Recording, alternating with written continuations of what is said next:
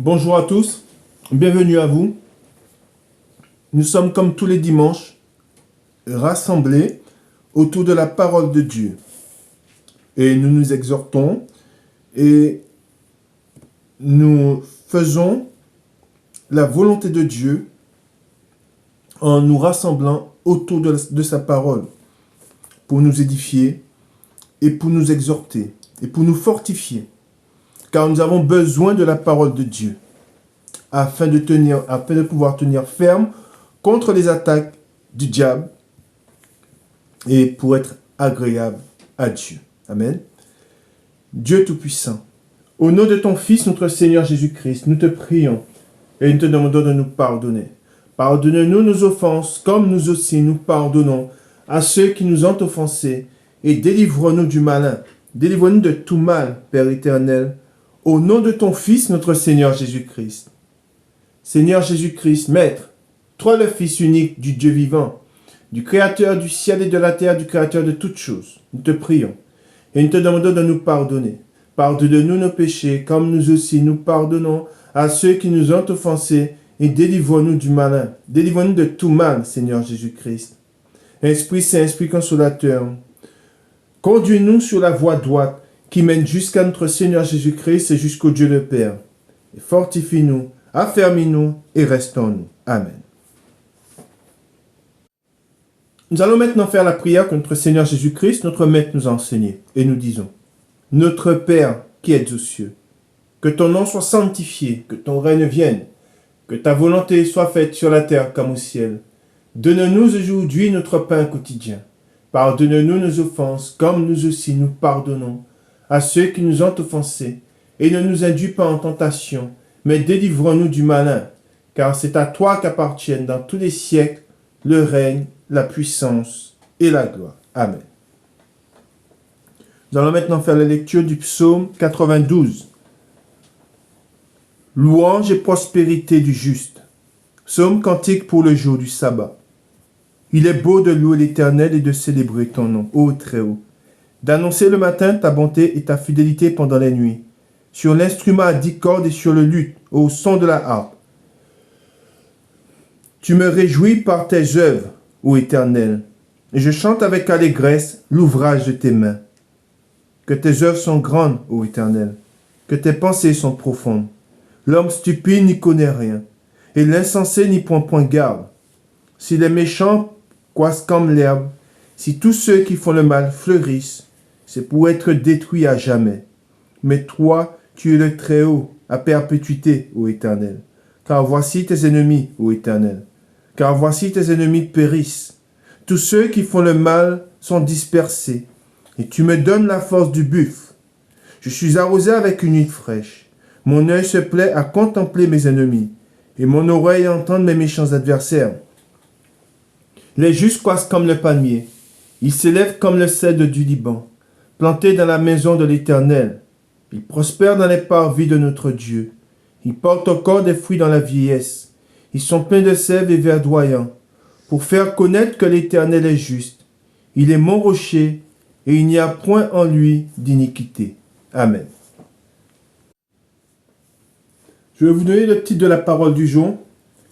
Le titre de la parole du jour, Christ, notre Pâque, a été immolé.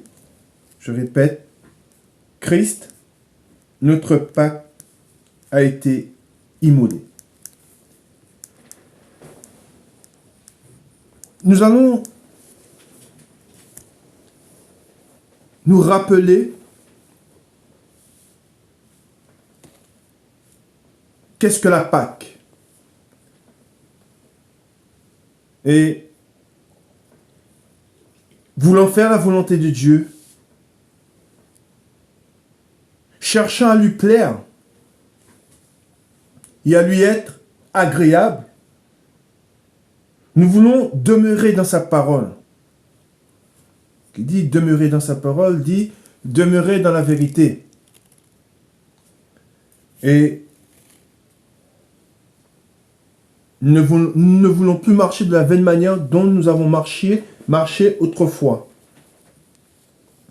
Car autrefois, quand nous étions sans intelligence et sans connaissance, nous avons fait ce qui était mal aux yeux de Dieu. Et nous étions égarés. Mais grâce à Christ, notre Pâques, qui s'est livré à la croix, qui a été crucifié,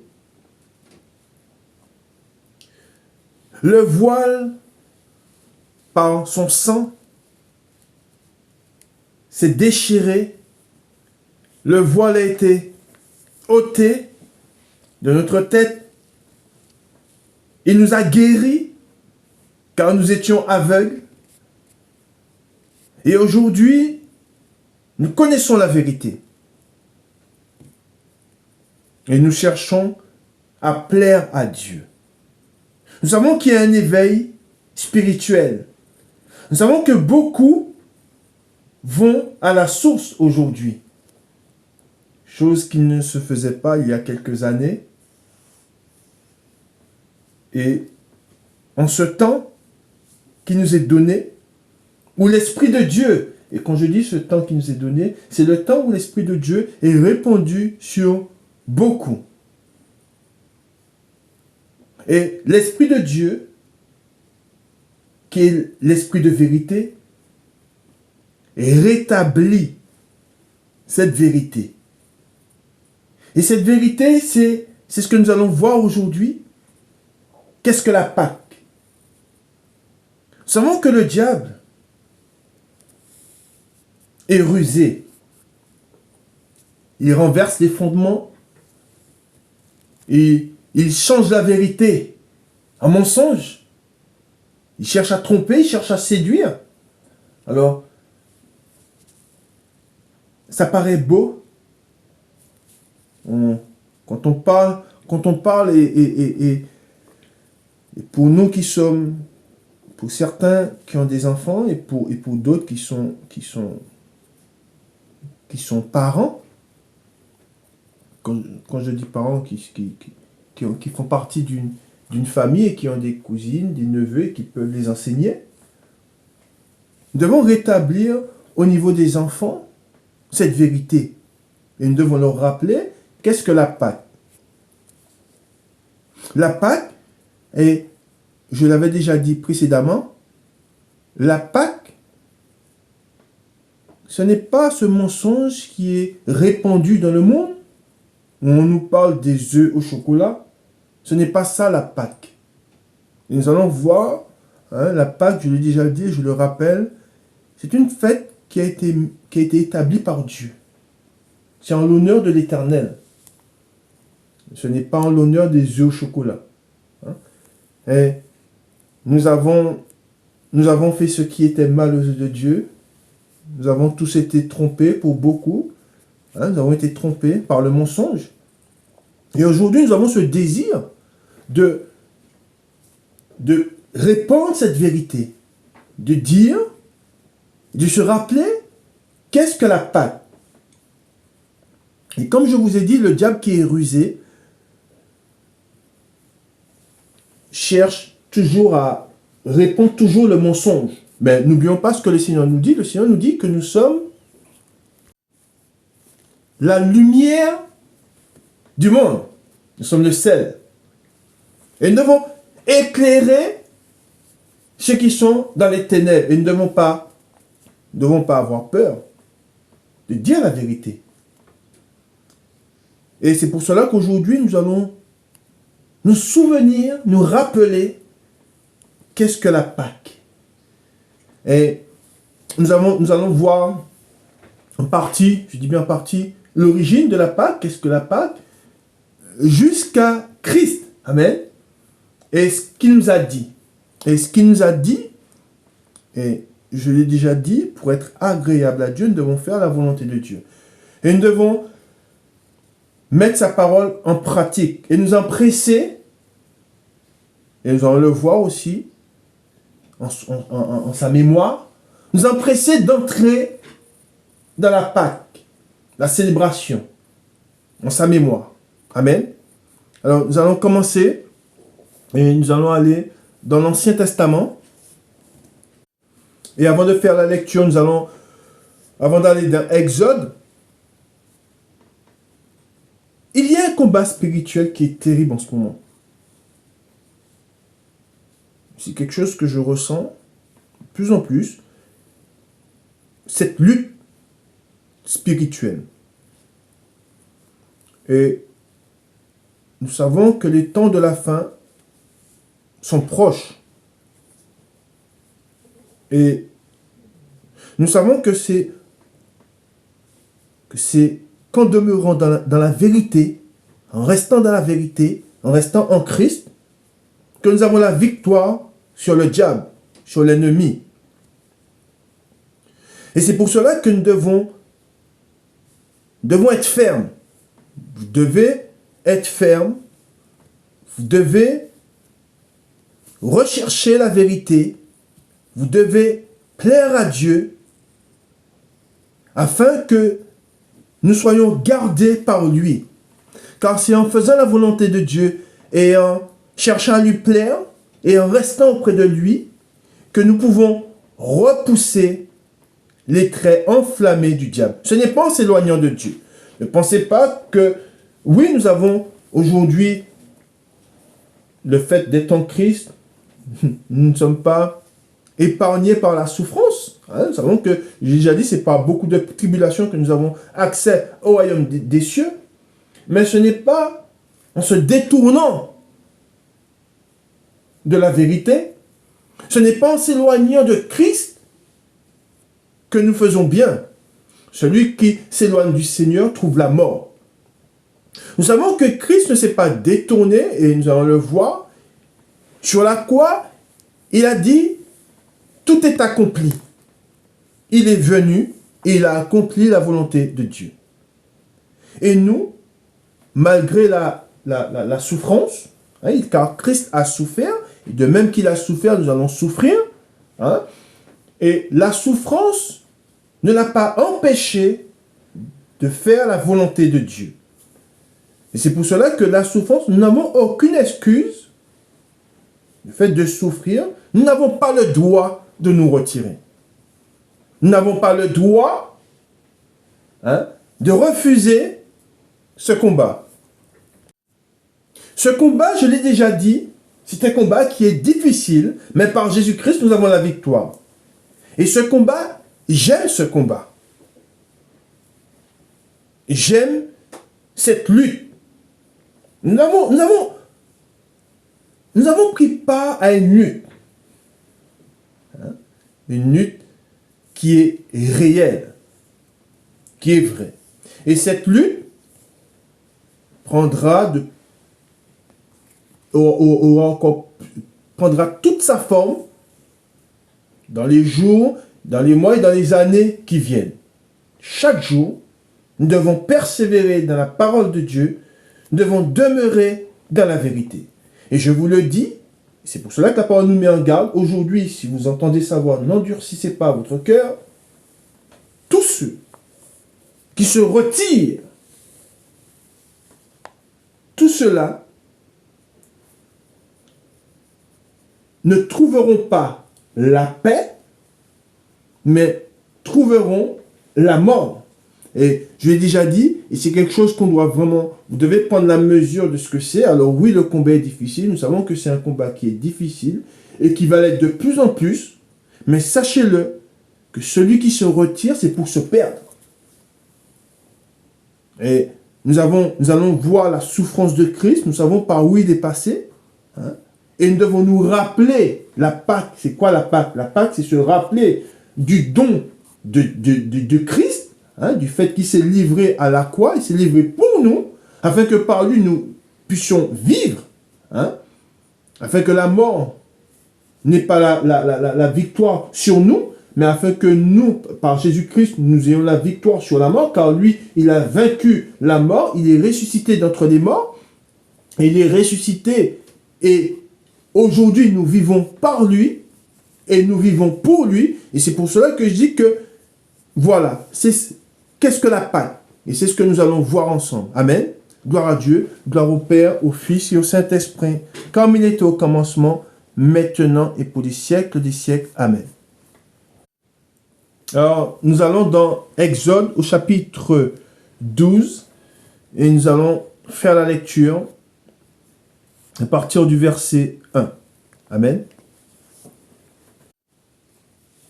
Institution de la Pâque.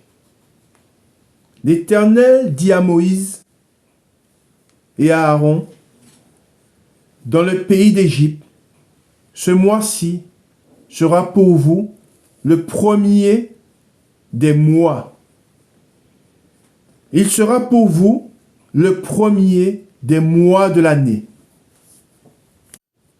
Parlez à toute l'assemblée d'Israël et dites, le 10e jour de ce mois, on prendra un agneau pour chaque famille, un agneau pour chaque maison. Si la maison est trop peu nombreuse pour un agneau, on le prendra avec son plus proche voisin, selon le nombre des personnes. Vous compterez pour cet agneau d'après ce que chacun peut manger. Ce sera un agneau sans défaut, mâle âgé d'1 an. Vous pourrez prendre un agneau ou un chevreau. Vous le garderez jusqu'au 14e jour de ce mois. Et toute l'assemblée d'Israël l'immolera entre les 2 soirs. On prendra de son sang et on en mettra sur les 2 poteaux et sur le linteau de la porte des maisons, où on le mangera. Cette même nuit, on en mangera la chair rôtie au feu. On la mangera avec des pains sans levain et des herbes amères. Vous ne le mangerez point à demi-cuit ou bouilli dans l'eau, mais il sera rôti au feu avec la tête, les jambes et l'intérieur. Vous n'en laisserez rien jusqu'au matin, et s'il en reste quelque chose le matin, vous le brûlerez au feu. Quand vous le mangerez, vous aurez vos reins sains, vos souliers aux pieds et votre bâton à la main, et vous le mangerez à la hâte. C'est la Pâque de l'Éternel. Cette nuit-là, je passerai dans le pays d'Égypte, et je frapperai tous les premiers-nés du pays d'Égypte, depuis les hommes jusqu'aux animaux, et j'exercerai des jugements contre tous les dieux de l'Égypte. Je suis l'Éternel. Le sang vous servira de signe sur les maisons où vous serez. Je verrai le sang et je passerai par-dessus vous, et il n'y aura point de plaie qui vous détruise quand je frapperai le pays d'Égypte. Vous conserverez le souvenir de ce jour et vous le célébrerez par une fête en l'honneur de l'Éternel. Vous le célébrerez comme une loi perpétuelle pour vos descendants. Pendant 7 jours, vous mangerez des pains sans levain. Dès le premier jour, il n'y aura plus de levain dans vos maisons, car toute personne qui mangera du pain levé du premier jour au 7e jour sera retranchée d'Israël. Le premier jour, vous aurez une sainte convocation, et le 7e jour, vous aurez une sainte convocation. On ne fera aucun travail ces jours-là. Vous pourrez seulement préparer la nourriture de chaque personne. Vous observerez la fête des pains sans levain, car c'est en ce jour même que j'aurai fait sortir vos armées du pays d'Égypte. Vous observerez ce jour comme une loi perpétuelle pour vos descendants. Le premier mois, le 14e jour du mois, au soir, vous mangerez des pains sans levain, jusqu'au soir du 21e jour. Pendant 7 jours, il ne se trouvera point de levain dans vos maisons, car toute personne qui mangera du pain levé sera retranchée de l'assemblée d'Israël. Que ce soit un étranger ou un indigène, vous ne mangerez point de pain levé. Dans toutes vos demeures, vous mangerez des pains sans levain. Moïse appela tous les anciens d'Israël et leur dit, allez prendre du bétail pour vos familles et immolez la Pâque. Vous prendrez ensuite un bouquet d'hysope.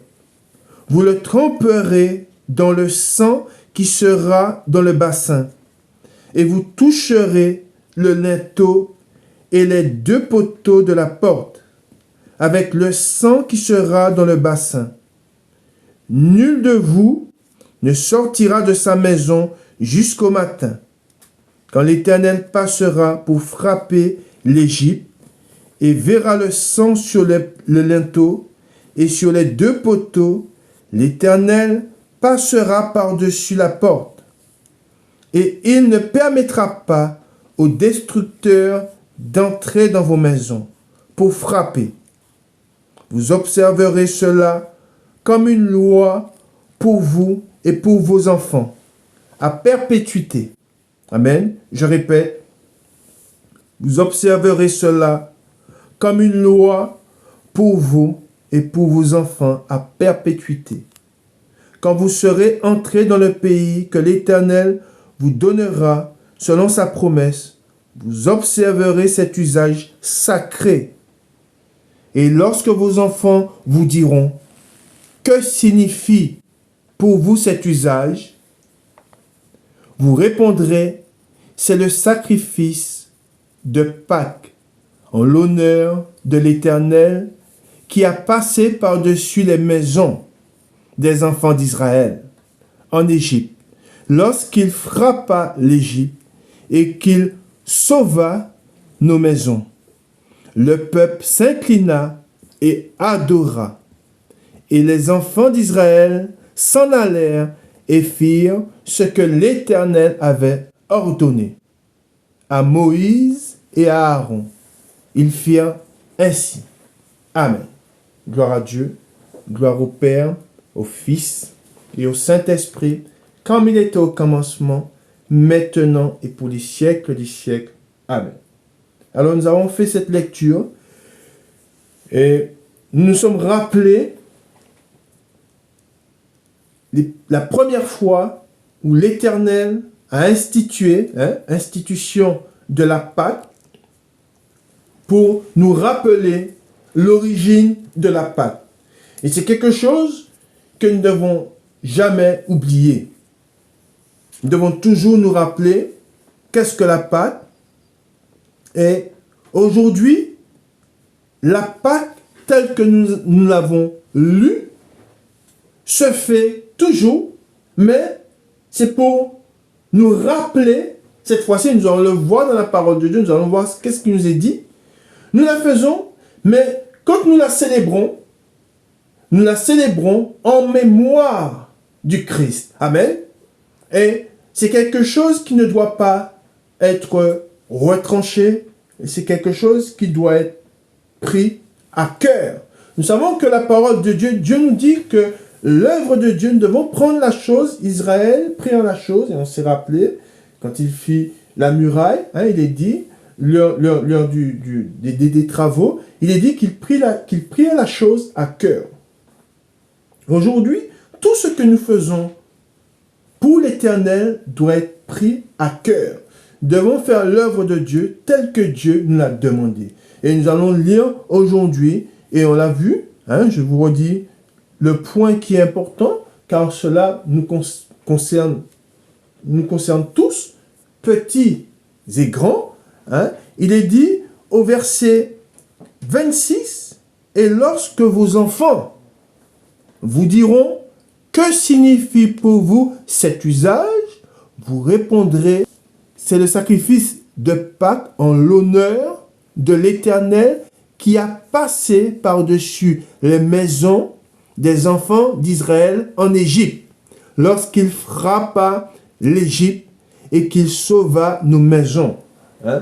Nous savons que nous avons été rattachés à Israël. Hein?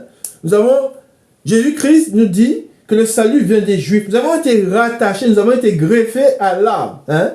L'histoire d'Israël, c'est notre histoire. Amen. Et c'est pour cela que nous devons nous rappeler le souvenir de qu'est-ce que la Pâque. Hein?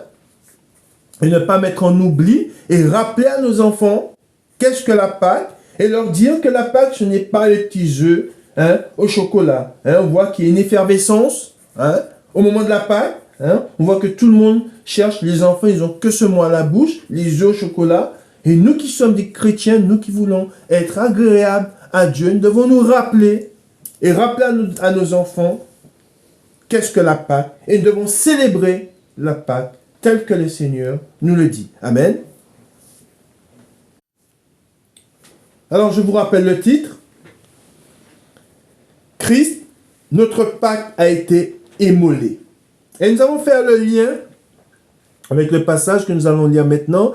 Nous allons dans Hébreux, pour que vous puissiez comprendre pourquoi Christ, notre Pâque, a été immolé. Nous allons dans Hébreux au chapitre 10.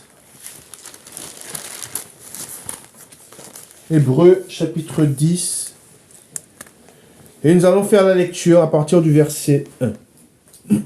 Pardon. En effet, la loi qui possède une ombre des biens à venir et non l'exacte représentation des choses ne peut jamais par les mêmes sacrifices qu'on offre perpétuellement chaque année amener les assistants à la perfection. Autrement, n'aurait-on pas cessé de les offrir, puisque ceux qui rendent ce culte, étant une fois purifiés, n'auraient plus eu aucune conscience de leurs péchés. Mais le souvenir des péchés est renouvelé chaque année par ces sacrifices. Car il est impossible que le sang des taureaux et des boucs ôte les péchés. C'est pourquoi Christ, entrant dans le monde, dit, « Tu n'as voulu ni sacrifice, ni offrande, mais tu m'as formé un corps. Tu n'as agréé ni holocauste, ni sacrifice pour le péché. Alors j'ai dit, voici, je viens dans le rouleau du livre, il est question de moi, pour faire, ô Dieu, ta volonté. Après avoir dit, d'abord, tu n'as voulu et tu n'as agréé ni sacrifice, ni offrande, ni holocauste, ni sacrifice pour le péché, ce qu'on offre selon la loi. Il dit ensuite, voici, je viens pour faire ta volonté. Il supprime ainsi la première chose pour établir une seconde. Amen. Et c'est ce que nous avons vu. Nous avons vu la première chose. Et là, il est question d'une seconde. Amen. Et c'est pour cela qu'il dit que Christ dit, voici je viens, dans le livre. Ensuite, il est dit, il supprime ainsi la première chose pour établir la seconde. C'est en vertu de cette volonté que nous sommes sanctifiés par l'offrande du corps de Jésus-Christ, une fois pour toutes. Amen.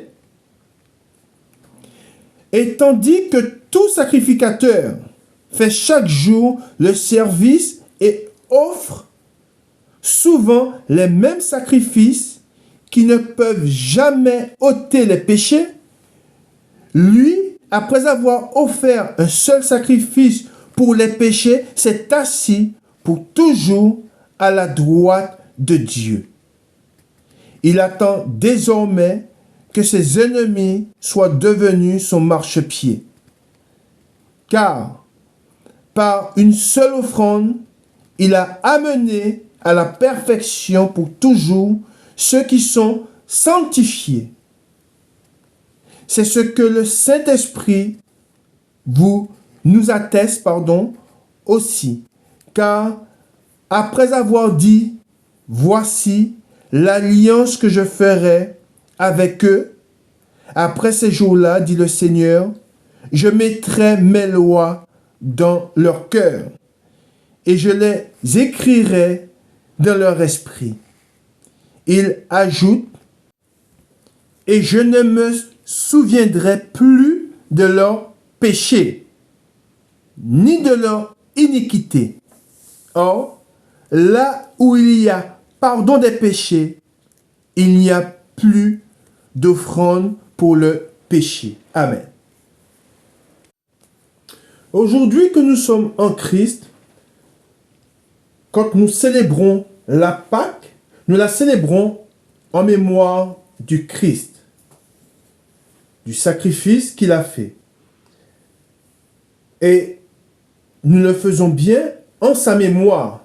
Et nous ne le faisons pas pour nos péchés. C'est en souvenir de son sacrifice que nous le faisons. Car Christ s'est livré une fois pour toutes. Amen. Et par là, nous avons connu l'amour de Dieu et nous avons connu le don de Christ. Christ s'est livré et nous allons le voir dans la parole. Ce qui nous est demandé aujourd'hui, et la parole nous dit que pour ceux qui ont connu le sacrifice de Christ, ils n'ont plus, s'ils foulent aux pieds le sacrifice de Christ, ils n'ont plus de sacrifice. Amen. Pourquoi? Parce que Christ, il s'est livré une fois pour toutes. Amen. Et ça, c'est sur la seconde alliance. Amen. La seconde alliance est arrivée par Christ. Nous sommes dans la seconde alliance. Et aujourd'hui, quand nous célébrons la Pâque, nous la célébrons en mémoire du Christ. Et nous allons continuer dans la parole de Dieu et nous allons voir ce qui nous est dit. Amen. Nous allons faire la lecture. Nous allons dans Luc au chapitre 1. Et nous allons faire la lecture à partir du verset 26. Nous savons que Christ est venu dans le monde et la parole nous dit qu'il était sans péché. Amen. Et c'est pour cela que son sacrifice amène toute chose, ce que la loi ne pouvait faire, amène toute chose à la perfection. Amen. Dieu, par le sacrifice de Jésus-Christ, il a fait une chose. Une chose que la loi n'avait pas faite. Et quelle est cette chose? C'est que Jésus-Christ, par son sacrifice, a réconcilié l'homme qui va vers lui avec son Dieu. Amen. Et par là, il amène toute chose, l'homme étant lavé une fois pour toutes, il amène toute chose à la perfection. Ce que la loi ne pouvait pas faire. Pourquoi? Puisqu'on était, c'est ce qu'on a lu, on était obligé de renouveler cet acte chaque année. Amen. Le sacrificateur qui était, et même le sacrificateur était pour lui sacrifiait pour sa purification à lui-même, et il sacrifiait pour la purification des autres. Or, Christ, il était sans péché, mais par son sacrifice, il a réconcilié et il a rendu toute chose parfaite, ce que la loi ne pouvait pas faire. Amen. Et il nous a réconciliés avec Dieu. Mais pour cela, pour réconcilier les hommes avec Dieu, et nous l'avons vu, il a dit, voici, je viens dans le livre écrit pour moi. Amen. Et nous allons lire sa naissance. Parce que s'il n'était pas venu, il n'aurait pas pu se livrer à la croix. Et nous allons lire ce qui est dit au moment de sa naissance. Amen. Annonce de la naissance de Jésus-Christ. Amen. Au 6e mois, l'ange Gabriel fut envoyé par Dieu dans une ville de Galilée, appelée Nazareth, auprès d'une vierge fiancée à un homme de la maison de David nommé Joseph. Le nom de la vierge était Marie. L'ange entra chez elle et dit, « Je te salue, toi à qui une grâce a été faite. Le Seigneur est avec toi. » Troublée par cette parole, Marie se demandait ce que pouvait signifier une telle salutation. L'ange lui dit, « Ne crains point, Marie, car tu as trouvé grâce devant Dieu. Et voici, tu deviendras enceinte, et tu enfanteras un fils, et tu lui donneras le nom de Jésus. Il sera grand et sera appelé Fils du Très-Haut. Et le Seigneur Dieu lui donnera le trône de David, son père. Il régnera sur la maison de Jacob éternellement, et son règne n'aura point de fin. » Marie dit à l'ange, « Comment cela se fera-t-il, puisque je ne connais point d'homme ?» L'ange lui répondit, « Le Saint-Esprit viendra sur toi, et la puissance du Très-Haut te couvrira de son ombre. C'est pourquoi le Saint-Enfant qui naîtra de toi sera appelé Fils de Dieu. Voici, Élisabeth, ta parente, a conçu, elle aussi, un fils en sa vieillesse. Et celle qui était appelée stérile est dans son 6e mois, car rien n'est impossible à Dieu. » Marie dit, « Je suis la servante du Seigneur, qu'il me soit fait selon ta parole. » Et l'ange la quitta. Amen. Gloire à Dieu, gloire au Père, au Fils et au Saint-Esprit, comme il était au commencement, maintenant et pour les siècles des siècles. Amen. Voilà, l'annonce de la naissance de Jésus a été dit par l'ange Gabriel, qui fut envoyé par Dieu vers Marie. Et on voit que déjà, la parole de Dieu, amen, s'accomplit. Amen. Pour réconcilier, Dieu qui avait tout préparé, car Dieu savait, dans son plan, il était question, Dieu savait que la première alliance, la pacte qu'il avait établi, n'amenait pas toute chose, étant renouvelée chaque année, toute chose n'était pas pure à ses yeux, puisqu'on était obligé de la renouveler. Mais Dieu qui avait tout préparé a envoyé son Fils dans le monde afin de réconcilier le monde, afin que Christ, et on va le voir dans la parole de Dieu, soit immolé. Amen. Continuons dans la parole de Dieu. Nous allons dans Luc au chapitre 2 et nous faisons la lecture à partir du verset 8. Luc chapitre 2, le verset 8. Nous allons voir ce qui était dit. Il y avait dans cette même contrée des bergers qui passaient dans les champs les veilles de la nuit pour garder leurs troupeaux. Et voici, un ange du Seigneur leur apparut, et la gloire du Seigneur resplendit autour d'eux. Ils furent saisis d'une grande frayeur. Mais l'ange leur dit, « Ne craignez point, car je vous annonce une bonne nouvelle, qui sera pour tout le peuple le sujet d'une grande joie. » Il est dit d'une grande joie. Amen. C'est qu'aujourd'hui, dans la ville de David, il vous est né un sauveur, qui est le Christ, le Seigneur. Et voici à quel signe vous le reconnaîtrez. Vous trouverez un enfant emmailloté et couché dans une crèche.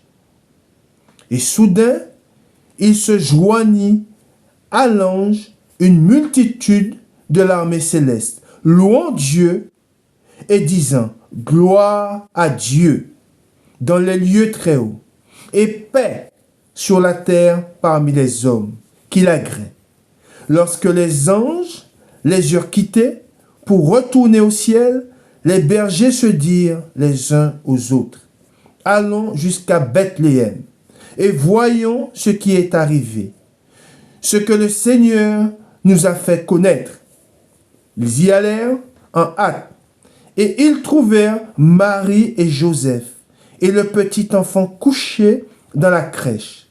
Après l'avoir vu, ils racontèrent ce qui leur avait été dit au sujet de ce petit enfant. Tous ceux qui les entendirent furent dans l'étonnement de ce que leur disaient les bergers. Marie gardait toutes ces choses et les repassait dans son cœur. Et les bergers s'en retournèrent glorifiant et louant Dieu pour tout ce qu'ils avaient entendu et vu, et qui était conforme à ce qui leur avait été annoncé. Amen. Et nous continuons. Le 8e jour auquel l'enfant devait être circoncis étant arrivé, on lui donna le nom de Jésus, nom qu'avait indiqué l'ange avant qu'il soit conçu dans le sein de sa mère. Et quand les jours de leur purification furent accomplis selon la loi de Moïse, Joseph et Marie le portèrent à Jérusalem pour le présenter au Seigneur, suivant ce qui était écrit dans la loi du Seigneur. Tout mâle premier-né sera consacré au Seigneur. Et pour offrir en sacrifice 2 tourterelles ou 2 jeunes pigeons, comme cela est prescrit dans la loi du Seigneur. Amen. Et nous continuons. Adoration de Siméon et d'Anne. Et voici, il y avait à Jérusalem un homme appelé Siméon. Cet homme était juste et pieux. Il attendait la consolation d'Israël, et l'Esprit Saint était sur lui. Il avait été divinement averti par le Saint-Esprit qu'il ne mourrait point avant d'avoir vu le Christ du Seigneur. Il vint au temple, poussé par l'Esprit. Et comme les parents apportaient le petit enfant, Jésus, pour accomplir à son égard ce qu'ordonnait la loi, il le reçut dans ses bras, bénit Dieu et dit, « Maintenant, Seigneur, tu laisses ton serviteur s'en aller en paix, selon ta parole, car mes yeux ont vu ton salut, salut que tu avais préparé devant tous les peuples. » Amen. Ensuite, il est dit, « Lumière pour éclairer les nations. » Voilà ce qu'il est dit de Jésus. Amen. De Jésus-Christ, notre Sauveur. Lumière pour éclairer les nations. Et gloire d'Israël, ton peuple. Son père et sa mère étaient dans l'admiration des choses qu'on disait de lui. Siméon les bénit et dit à Marie, sa mère, « Voici, cet enfant est destiné. » Amen. Il est dit, cet enfant est destiné à amener la chute et le relèvement de beaucoup en Israël et à devenir un signe qui provoquera la contradiction. Et à toi-même, une épée te transpercera l'âme, afin que les pensées de beaucoup de cœurs soient dévoilées. Il y avait aussi une prophétesse Anne, fille de Phanuel, de la tribu d'Aser. Elle était fort avancée en âge et elle avait vécu 7 ans avec son mari depuis sa virginité. Restée veuve et âgée de 84 ans, elle ne quitta pas le temple et elle servait Dieu nuit et jour, dans le jeûne et dans la prière. Étant arrivée, elle aussi, à cette même heure, elle louait Dieu et elle parlait de Jésus à tous ceux qui attendaient la délivrance de Jérusalem. Amen. Gloire à Dieu, gloire au Père, au Fils et au Saint-Esprit, comme il était au commencement, maintenant, pour les siècles des siècles. Amen. Dans les Écritures, il est dit la parole suffit à elle-même. La parole, elle suffit à elle-même. Il n'est pas besoin de rajouter, de retrancher quoi que ce soit. Nous devons lire la parole de Dieu et donner cette vérité à nos enfants. Nous rappeler cette vérité que le monde aujourd'hui refuse d'entendre. Quand je vous ai dit qu'il y a un combat, qu'il y a une lutte spirituelle qui est terrible. Voyons que le mensonge, je ne dirais pas que le mensonge gagne du terrain, puisque la vérité n'est pas dans le monde, ils ont refusé la vérité, mais les gens se plaisent, beaucoup se plaisent dans le mensonge. Et nous qui sommes en Christ, nous sommes attachés à la vérité. Et nous devons être fermes dans la vérité. Et nous devons nous nourrir de cette vérité et nous devons la proclamer. Amen. Et nous devons rappeler cette vérité aux générations, à nos enfants. Nous qui sommes, nous les adultes, Dieu nous demandera des comptes. Dieu nous dira, qu'avez-vous fait de mes paroles? On voit qu'Israël, ils ont mis en oubli la parole de Dieu. Et à chaque fois que la parole de Dieu, elle était mise en oubli, qu'est-ce qui s'est passé? Eh bien, ils étaient persécutés. Hein? Ils faisaient ce qui était mal aux yeux de Dieu. Ils ne savaient comment plaire à Dieu. Et pendant longtemps, nous avons mis cette parole de Dieu de côté, nous l'avons mis en oubli. Hein?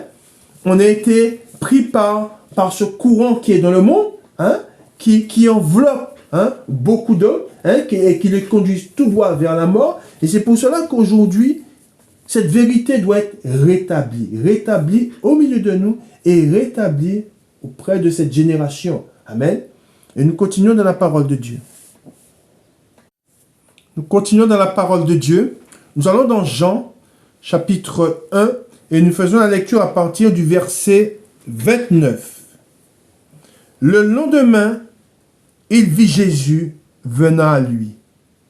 Et il dit, « Voici l'agneau de Dieu qui ôte le péché du monde. C'est celui dont j'ai dit, après moi vient un homme qui m'a précédé, car il était avant moi, et je ne le connaissais pas. Mais c'est afin qu'il soit manifesté à Israël que je suis venu baptiser d'eau. » Jean rendit ce témoignage. J'ai vu l'Esprit descendre du ciel comme une colombe et s'arrêter sur lui. Je ne le connaissais pas, mais celui qui m'a envoyé baptiser d'eau m'a dit, « Celui sur qui tu verras l'Esprit descendre et s'arrêter, c'est celui qui baptise du Saint-Esprit. Et j'ai vu, et j'ai rendu témoignage qu'il est le Fils de Dieu. » Le lendemain, Jean était encore là, avec 2 de ses disciples. Et ayant regardé Jésus, il dit, voilà l'agneau de Dieu. Amen, je répète, voilà l'agneau de Dieu. Les deux disciples l'entendirent prononcer ces paroles et ils suivirent Jésus. Jésus se retourna et voyant qu'ils le suivaient, il leur dit, que cherchez-vous? Ils lui répondirent, Rabbi, ce qui signifie maître, où demeures-tu? Venez, leur dit-il, et voyez. Ils allèrent et ils virent où il demeurait, et ils restèrent auprès de lui ce jour-là. C'était environ la 10e heure. Amen. Nous continuons dans la parole de Dieu, car nous sommes dans la vérité, et j'ai à cœur de partager, c'est ce que Christ, et on va le lire au moment de la célébration, au moment de la Pâque, quand Christ avec ses disciples quand ils ont préparé la Pâque, ils se sont rassemblés pour prendre la Pâque. Jésus dit à ses disciples, prenez et mangez-en tous. Nous savons que la parole de Dieu, c'est une nourriture. Amen. Nourriture, l'esprit, l'âme se nourrit de la parole de Dieu. Et se nourrissant de la parole de Dieu, ce que Dieu nous demande, c'est de partager. Et on le voit, on voit ce que fit les bergers. Les bergers, ils ont été annoncés ce que les anges leur avaient dit. Et nous, aujourd'hui, qui sommes en Christ, quand nous entendons les gens parler de la Pâque, si on entend quelqu'un dire, voilà, je vais acheter des œufs pour mes enfants, leur rappeler, leur dire, leur partager, leur annoncer cette parole, comme les bergers ont été annoncés ce que l'ange leur avait dit. Aujourd'hui, nous en sommes là. Nous avons à cœur, et cette Pâque, je dirais, j'en ai fait d'autres, mais cette Pâque, dans les temps dans lesquels nous sommes, en voyant ce que nous voyons, en entendant ce que nous entendons, en voyant les événements s'accélérer, nous avons à cœur, il prit la chose à cœur, nous avons à cœur de faire les choses comme Dieu nous le demande. Et quand je suis né de nouveau, quand j'ai connu la vérité, et encore aujourd'hui, parce que je demeure, je ne me suis pas éloigné de mon Sauveur, de celui qui m'a sauvé, de celui qui m'a délivré du péché. Je reste dans sa présence et je me hâte et j'ai cette joie, c'est ma joie de faire, car je sais qu'il prend plaisir au fait que je fasse sa volonté. J'ai à cœur de faire comme le Seigneur m'a dit de faire. Et il nous l'a dit à tous. Et il nous dit, nous allons le voir dans la parole de Dieu, faites ceci en mémoire de moi. Amen. Et c'est pour cela que nous, aujourd'hui, nous faisons de la lecture et nous nous souvenons de ce que le Seigneur, du pourquoi il est venu, du pourquoi il est né. Il est venu dans le monde pour accomplir la volonté de Dieu. Pourquoi? Et on va le voir dans la parole ce qu'il est dit. Lui seul. Et on va comprendre pourquoi il est dit lui seul. On va voir, lui seul était digne. Pourquoi? Pourquoi était-il digne, lui seul? Parce qu'il était sans péché. Tout simplement. Il était sans péché et il est né de Dieu. Amen. Et il est venu dans le monde, non pas pour... Il dit, vous direz que je suis un mangeur et un buveur. Non. Mais il est venu pour nous. Amen. Pour nous qui étions en inimitié avec Dieu. Il est venu pour nous réconcilier. Amen. Et la Pâque aussi, c'est le partage. On l'a vu, on l'a lu, on a vu ce qu'il était dit, ce que Dieu avait dit au moment où il a institué la Pâque, qu'il fallait partager avec les autres. C'est un partage. Et aujourd'hui, ce que nous partagerons, c'est Christ. Amen. Nous partageons cette bonne nouvelle. Cette bonne nouvelle, elle n'est pas que pour nous. Amen. Mais elle est pour tous les hommes. Amen. Hein?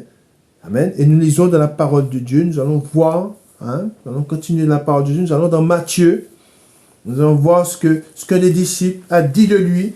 Matthieu chapitre 16, nous lisons à partir du verset 13. Faisons la lecture, car là est notre joie, et nous gardons la parole de Dieu, nous restons dans la vérité. Amen. Il est écrit, Pierre reconnaît Jésus comme le Christ. Jésus étant arrivé dans le territoire de Césarée, de Philippe, demanda à ses disciples, qui suis-je au dire des hommes? Moi, le Fils de l'homme. Ils répondirent, les uns disent que tu es Jean-Baptiste, les autres, Élie, les autres, Jérémie ou l'un des prophètes. Et vous, leur dit-il, qui dites-vous que je suis? Simon-Pierre répondit, tu es le Christ, le Fils du Dieu vivant. Amen. Je répète, tu es le Christ, le Fils du Dieu vivant. Ensuite, il est dit, Jésus, reprenant la parole, lui dit, tu es heureux, Simon, fils de Jonas, car ce ne sont pas la chair et le sang qui t'ont révélé cela, mais c'est mon Père qui est dans les cieux. Et moi, je te dis que tu es Pierre, et que sur ce roc, je bâtirai mon église, et que les portes du séjour des morts ne prévaudront point contre elle. Je te donnerai les clés du royaume des cieux. Ce que tu lieras sur la terre sera lié dans les cieux, et ce que tu délieras sur la terre sera délié dans les cieux.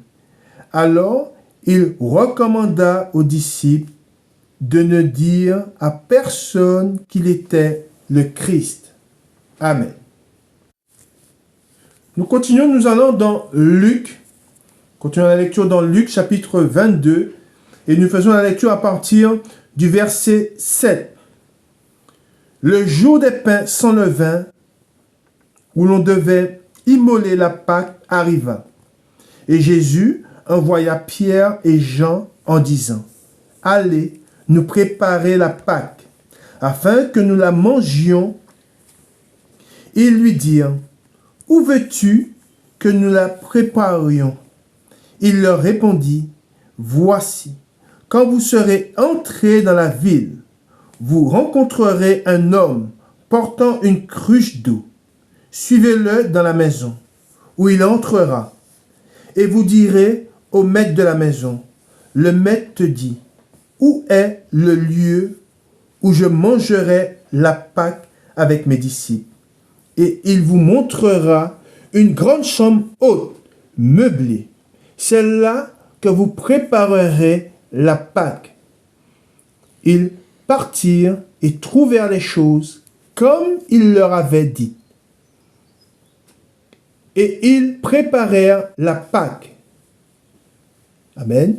L'heure étant venue, il se mit à table, et les apôtres avec lui. Il leur dit, j'ai désiré, amen, je répète, j'ai désiré vivement manger cette Pâque avec vous, avant de souffrir, car je vous le dis, je ne la mangerai plus, jusqu'à ce qu'elle soit accomplie dans le royaume de Dieu.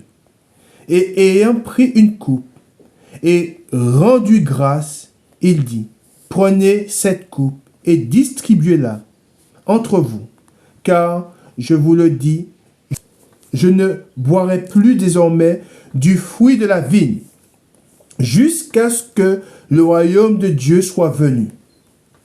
Ensuite, il est dit au 19, ensuite, il prit du pain, et après avoir rendu grâce, il le rompit, et le leur donna en disant, « Ceci est mon corps, qui est donné pour vous. Faites ceci en mémoire de moi. » Je répète, faites ceci en mémoire de moi. Il prit de même la coupe après le souper, et la leur donna en disant, « Cette coupe est la nouvelle alliance en mon sang, qui est répandue pour vous. Amen. Gloire à Dieu, gloire au Père, au Fils et au Saint-Esprit, comme il était au commencement, maintenant et pour les siècles des siècles. Amen. Je reviens sur le verset 20 où il est dit, « Il prit de même la coupe après le souper et la leur donna en disant, « Cette coupe est la nouvelle alliance en mon sang qui est répandue pour vous. » Amen. Et comme je vous ai dit, étant sur la nouvelle alliance, Amen, la Pâque, de la manière dont elle était célébrée dans l'Ancien Testament, aujourd'hui, quand nous la célébrons, comme le Seigneur nous l'a dit, faites ceci en mémoire de moi, nous la faisons pour nous rappeler son sacrifice. Amen. Et si nous disons, ce qu'il dit dans la parole, si nous disons qu'il est notre Maître, notre Seigneur, nous devons faire comme il nous l'a dit. Amen. Et vous verrez, car tous ceux qui font la volonté de Dieu sont aimés de Dieu. Amen. Étant aimés de Dieu, vous verrez les bénédictions dans votre vie. Amen. Nous allons dans Luc, nous allons continuer dans la parole de Dieu. Nous allons dans Luc au chapitre 23 et nous faisons la lecture à partir du verset 13. Luc chapitre 23, le verset 13. Jésus ou Barabbas. Pilate ayant assemblé les principaux sacrificateurs, les magistrats et le peuple, leur dit, « Vous m'avez amené cet homme comme excitant le peuple à la révolte. Et voici, je l'ai interrogé devant vous, et je ne l'ai trouvé coupable d'aucune des choses dont vous l'accusez. Hérode non plus, car il nous l'a renvoyé. Et voici, cet homme n'a rien fait qui soit digne de mort. » Amen. Je répète, et on se rappelle qu'il était sans péché. Il dit, il n'a rien fait qui soit digne de mort. Je le relâcherai donc après l'avoir châtié. À chaque fête, il était obligé de le relâcher un prisonnier. Ils s'écrièrent tous ensemble, « Fais mourir celui-ci et relâche-nous Barabbas. » Cet homme avait été mis en prison pour une sédition qui avait eu lieu dans la ville et pour un meurtre. Pilate leur parla de nouveau dans l'intention de relâcher Jésus. Et ils crièrent, « Crucifie, crucifie-le. » Pilate leur dit pour la troisième fois, « Quel mal a-t-il fait? Je n'ai rien trouvé. » Il leur a redit encore une fois. Je n'ai rien trouvé en lui qui mérite la mort. Je le relâcherai donc, après l'avoir châtié. Mais ils insistèrent à grands cris, demandant qu'il soit crucifié. Et leurs cris l'emportèrent. Il a dit que ce qu'ils demandaient serait fait. Il relâcha celui qui avait été mis en prison pour sédition et pour meurtre, et qu'il réclamait. Et il livra Jésus à leur volonté. Amen. Et nous continuons. Comme ils l'emmenaient, ils prirent un certain Simon de Cyrène, qui revenait des champs, et ils le chargèrent de la croix pour qu'il la porte derrière Jésus. Il était suivi d'une grande multitude de gens du peuple et de femmes qui se frappaient la poitrine et se lamentaient sur lui. Jésus se tourna vers elle et dit, « Fille de Jérusalem, ne pleurez pas sur moi, mais pleurez sur vous et sur vos enfants. Car voici, les jours viendront où l'on dira, heureuses les stériles, heureuses les entrailles qui n'ont point enfanté, et les mamelles qui n'ont point allaité. Alors, ils se mettront à dire aux montagnes, tombez sur nous, et aux collines, couvrez-nous. Car si l'on fait ces choses au bois vert, qu'arrivera-t-il au bois sec? On conduisait en même temps deux malfaiteurs qui devaient être mis à mort avec Jésus.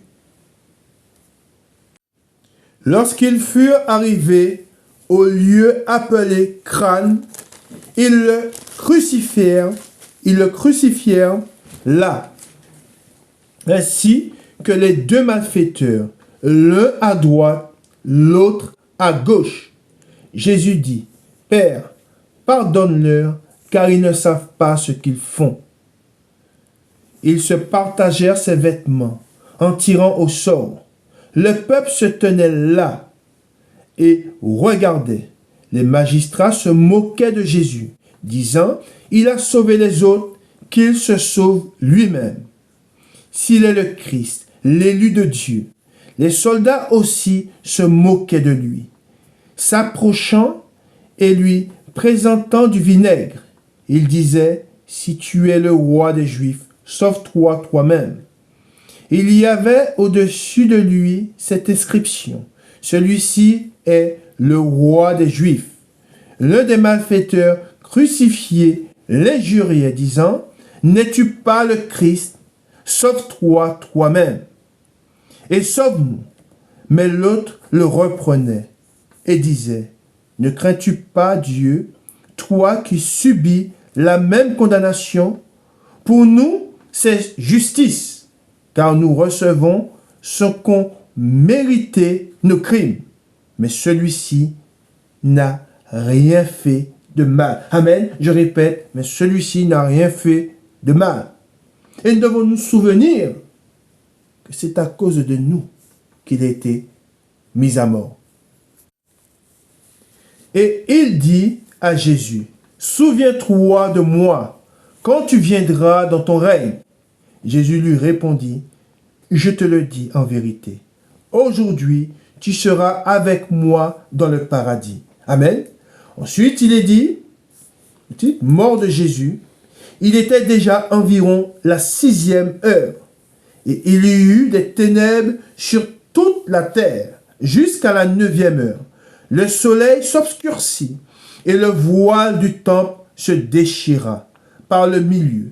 Jésus s'écria d'une voix forte, « Père, je remets mon esprit entre tes mains. » Et en disant ces paroles, il expira. Le centenier, voyant ce qui était arrivé, glorifia Dieu et dit, « Certainement, cet homme était juste. » Et tous ceux qui assistaient en foule à ce spectacle, après avoir vu ce qui était arrivé, s'en retournaient, se frappant la poitrine. Tous ceux qui connaissaient Jésus et les femmes qu'il avait accompagnées depuis la Galilée se tenaient dans l'éloignement et regardaient ce qui se passait. Ensuite, il est dit, au 50, il y avait un conseiller nommé Joseph, homme bon et juste, qui n'avait point participé à la décision et aux actes des autres. Il était d'Arimathée, ville des Juifs, et il attendait le royaume de Dieu. Cet homme se rendit vers Pilate et demanda le corps de Jésus. Il le descendit de la croix, l'enveloppa d'un linceul et le déposa dans un sépulcre taillé dans le roc où personne n'avait encore été mis. C'était le jour de la préparation et le sabbat allait commencer.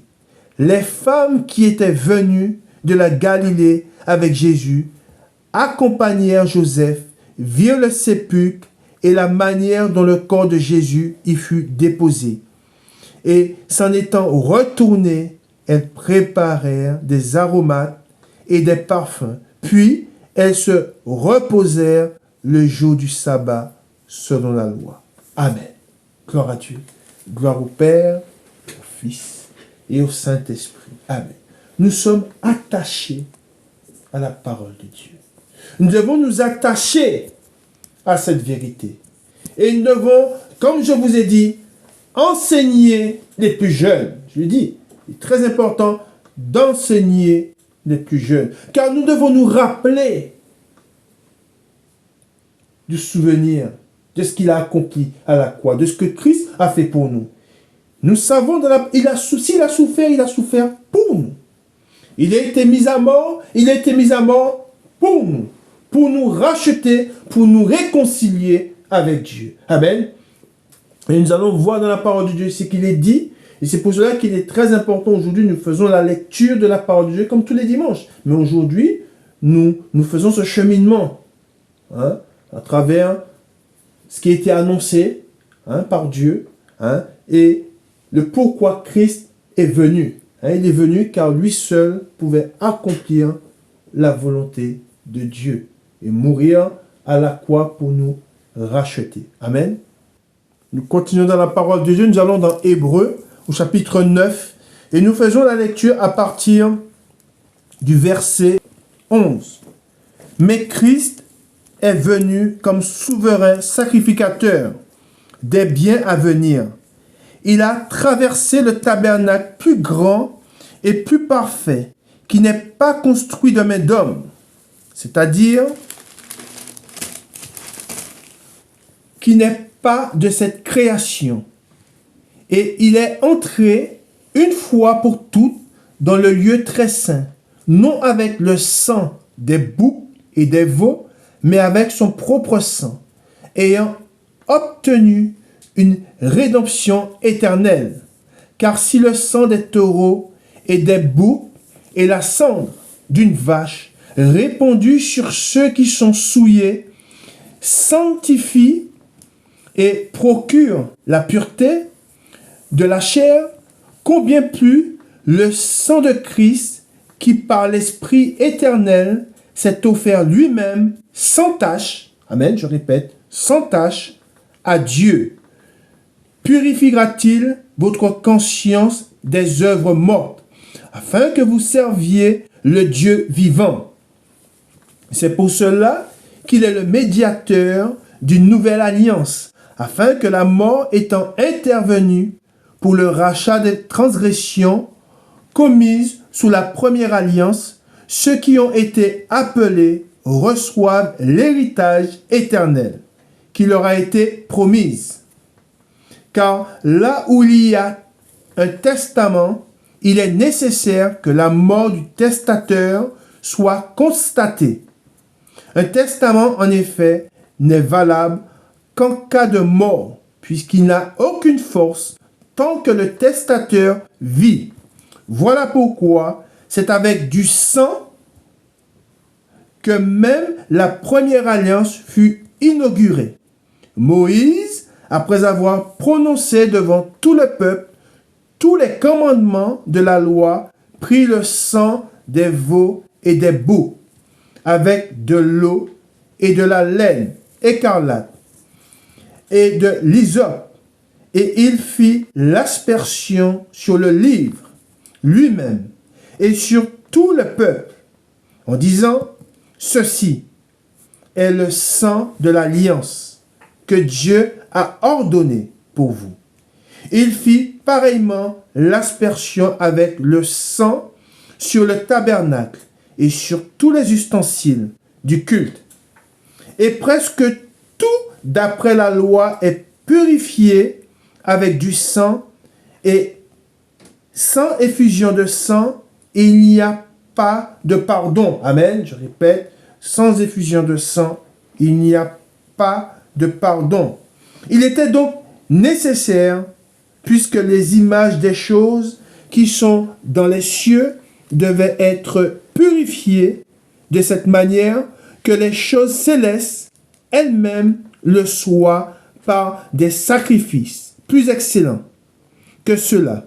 Car Christ n'est pas entré dans un sanctuaire fait de main d'homme, en imitation du véritable, mais il est entré dans le ciel même, afin de comparaître maintenant pour nous devant la face de Dieu. Amen. Et ce n'est pas pour s'offrir lui-même plusieurs fois qu'il est entré, comme le souverain sacrificateur entre chaque année dans le sanctuaire, mais pour offrir un autre sang que le sien. Autrement, il aurait fallu qu'il ait souffert plusieurs fois depuis la création du monde. Mais maintenant, à la fin des siècles, il a paru une seule fois pour effacer le péché par son sacrifice. Et comme il est réservé aux hommes de mourir une seule fois, après quoi vient le jugement, de même, Christ, qui s'est offert une seule fois pour porter les péchés de beaucoup d'hommes, apparaîtra sans péché une seconde fois à ceux qui l'attendent pour leur salut. Amen. Gloire à Dieu. Gloire au Père, au Fils et au Saint-Esprit, comme il était au commencement, maintenant, pour les siècles des siècles. Amen. Nous continuons dans la parole de Dieu et nous allons dans 1 Jean au chapitre 3 et nous faisons la lecture à partir du verset 5.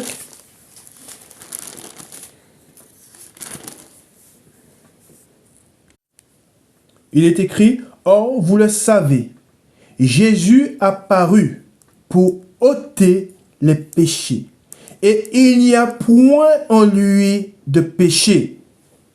Quiconque demeure en lui ne pratique pas le péché. Quiconque pratique le péché ne l'a pas vu et ne l'a pas connu. » Amen. Et dans 1 Corinthiens, nous allons dans 1 Corinthiens au chapitre 5 et au verset 7. Il est écrit, « Faites disparaître le vieux levain, afin que vous soyez une pâte nouvelle, puisque vous êtes sans levain, car Christ, notre Pâque, a été immolé. Célébrons donc la fête, non avec du vieux levain, non avec un levain de malice et de méchanceté, mais avec les pains sans levain de la pureté et de la vérité. » Voilà la vraie Pâque. Amen. C'est la vraie Pâque. Voilà comment Dieu veut que nous célébrions la Pâque. Amen. En ôtant le vieux levain du milieu de nous. Amen. Et qu'est-ce que ce vieux levain? Il dit, célébrons donc la fête non avec du vieux levain, non avec un levain de malice, amen, et de méchanceté, mais avec les pains sans levain de la pureté et de la vérité. Amen. Demeurons dans la parole de Dieu, dans la vérité, dans l'unique vérité, afin d'être agréable à Dieu. Nous allons dans 1 Jean, et nous devons tenir ferme. 1 Jean au chapitre 4, 1 Jean chapitre 4 et le verset 9. L'amour de Dieu a été manifesté envers nous, en ce que Dieu a envoyé son Fils unique dans le monde, afin que nous vivions par lui. Et cet amour consiste non point en ce que nous avons aimé Dieu, mais en ce qu'il nous a aimés et a envoyé son Fils comme victime expiatoire pour nos péchés. Bien-aimés, si Dieu nous a ainsi aimés, nous devons aussi nous aimer les uns les autres. Personne n'a jamais vu Dieu. Si nous nous aimons les uns les autres, Dieu demeure en nous. Et son amour est parfait en nous. Nous connaissons que nous demeurons en lui et qu'il demeure en nous parce qu'il nous a donné de son esprit. Et nous avons vu et nous attestons que le Père a envoyé le Fils comme sauveur du monde. Celui qui déclarera publiquement que Jésus est le Fils de Dieu, Dieu demeure en lui, et lui en Dieu. Et nous avons connu l'amour que Dieu a pour nous, et nous y avons cru. Dieu est amour, et celui qui demeure dans l'amour demeure en Dieu, et Dieu demeure en lui. Amen. Nous faisons la lecture dans Apocalypse au chapitre 5, et nous faisons la lecture à partir du verset 1. Puis, le titre, Christ digne d'ouvrir le livre scellé.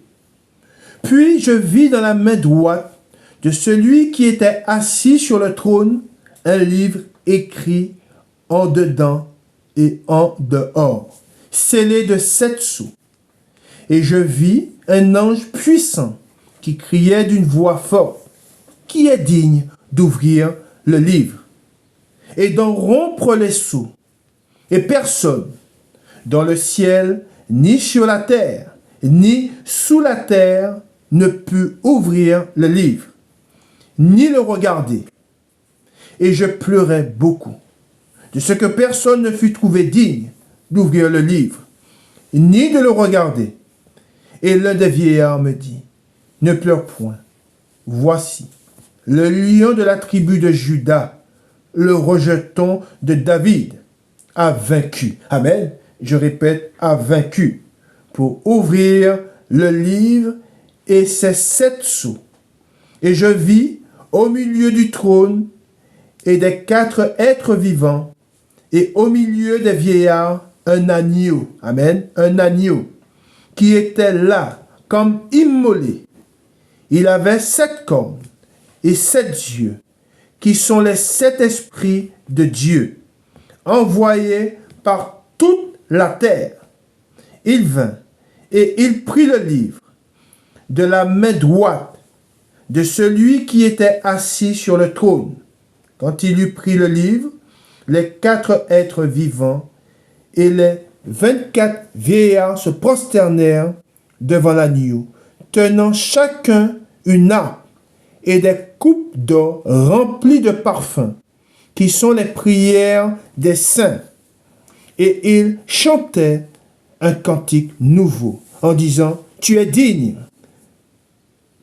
de prendre le livre et d'en ouvrir les sceaux, car tu as été immolé et tu as racheté pour Dieu par ton sang des hommes de toute tribu, de toute langue, de tout peuple et de toute nation.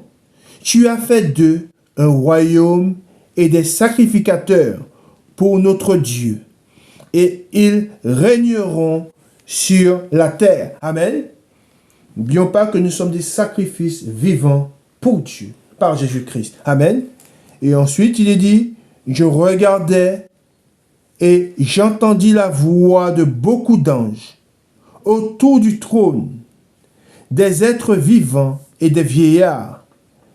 Et leur nombre était des myriades de myriades et des milliers de milliers. Ils disaient d'une voix forte, l'agneau qui a été immolé est digne de recevoir la puissance, la richesse, la sagesse, la force, l'honneur, la gloire et la louange.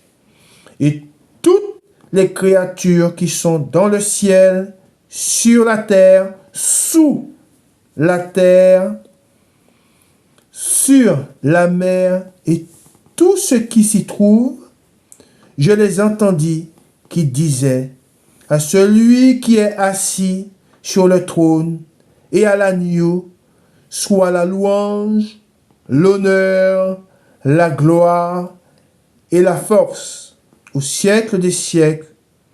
Et les 4 êtres vivants disaient Amen. Et les vieillards se prosternèrent et adorèrent. Amen. Gloire à Dieu. Gloire au Père, au Fils et au Saint-Esprit, comme il était au commencement, maintenant et pour les siècles des siècles. Amen. Il est Dieu. Amen. Dans la parole de Dieu, il est dit, quand on parle sous la terre, on se rappelle de ce que les démons, quand ils voyaient Jésus, ce qu'ils disaient. Ils venaient, ils se prosternèrent et ils disaient, nous savons qui tu es. Tu es le Saint de Dieu. Amen. Tu es le Saint de Dieu. Les démons, toute la création, il dit, tous genoux fléchiront devant lui. Amen. Et nous nous soumettons à sa volonté. Sa volonté, c'est que nous nous rassemblions autour de la parole de Dieu et que nous nous rappelons cette parole et de son sacrifice qu'il a fait pour nous. Et nous ne devons pas retrancher ni mettre en oubli le sacrifice qu'il a fait une fois pour toutes.